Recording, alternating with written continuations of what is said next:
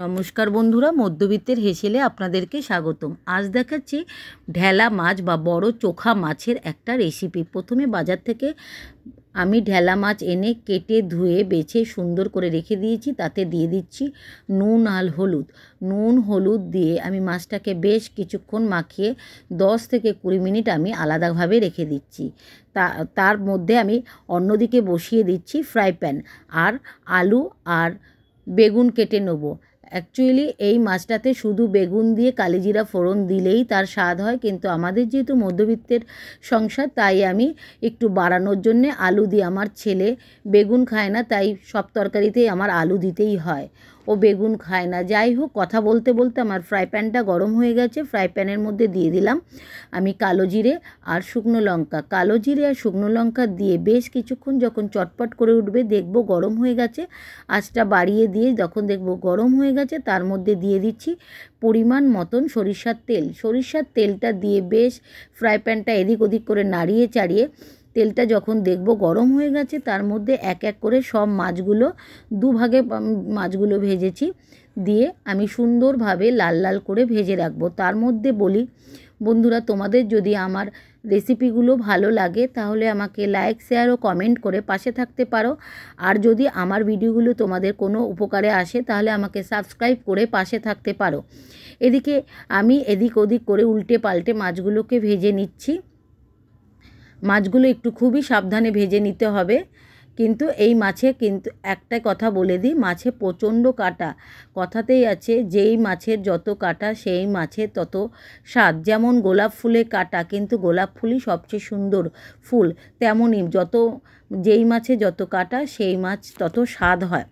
মাছগুলোকে আমি ভেজে তুলে রেখে আবার বাদবাকি মাছগুলোকে ফ্রাই প্যানে ভেজে নিলাম লাল লাল করে। এদিকে আমি একটা মশলা তৈরি করে নিয়েছি, দিয়ে দিয়েছি কিছুটা পেঁয়াজ কদ্দুকস করে রেখে দিয়েছি। আমার এক কাকিমা বলেন তরকারিতে পেঁয়াজ দিলে একটু বিয়েবাড়ির মতন টেস্ট আছে। আর এদিকে শুকনো লঙ্কা আর সাদা জিরে বেটে আমি পেস্ট করে রেখে দিয়ে দিচ্ছি একটা বড় বেগুন আর কিছুটা আলু। একটা গোটা আলুকে আমি ছোট ছোট করে টুকরো করে দিয়ে ধুয়ে বেছে কেটে আলাদাভাবে রেখে দিচ্ছি। আলু আর পেঁয়াজগুলো ধুয়ে কেটে বেছে রাখা হয়ে গেলে এদিকে আমি কড়াই থেকে সব মাছগুলো এক এক করে তুলে নিয়েছি। কড়াই থেকে মাছগুলো তুলে নেওয়া হয়ে গেলে কড়াই আবার গরম হতে দিয়েছি। কড়াইতে দিয়ে দিলাম প্রথমে আলুগুলো দেওয়ার পর একটু নেড়ে চেড়ে তারপর দিয়ে দেবো বেগুন। কেননা আমার সকালবেলা খুবই কম সময় থাকে। আমি একজন প্রফেশনাল যোগা টিচার। আমি শখের বশবর্তী হয়েই রান্নার রেসিপি তোমাদেরকে দেখাচ্ছিলাম, কিন্তু সময় হয়ে উঠছে না, তাই সব সময় দিতে পারছি না। বেগুনগুলো ভাজার মধ্যে আমার শরীরটা যেহেতু খারাপ, আমি ঠিক মতন রান্নার রেসিপি তোমাদের কাছে দিতেও পারছি না। দিয়ে দিলাম নুন আর পরিমাণ মতন। আগে থেকেই দিয়ে দেবো চিনি, তাহলে তরকারির রঙটা খুব সুন্দর হয়।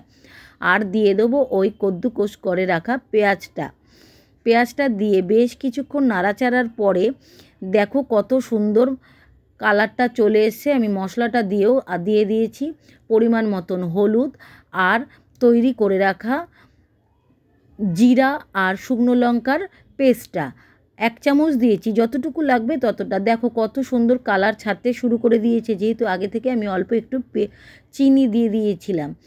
দিয়ে 2 থেকে 3 বার অল্প অল্প করে জল দিয়ে মশলাটাকে ভালো করে কষিয়ে নেবে। মশলা কালো করে পুড়িয়ে ফেলবে না।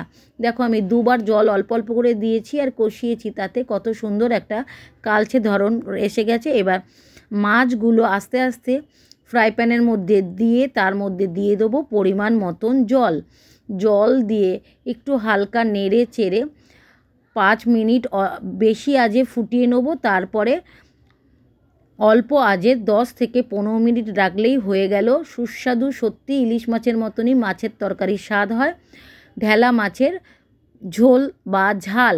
ওপর থেকে লাস্টে ছিটিয়ে দিলাম ধনেপাতা। আমার রেসিপিগুলো ভালো লাগলে পাশে থাকবে। নতুন ভিডিও দেখতে আমাকে লাইক করো।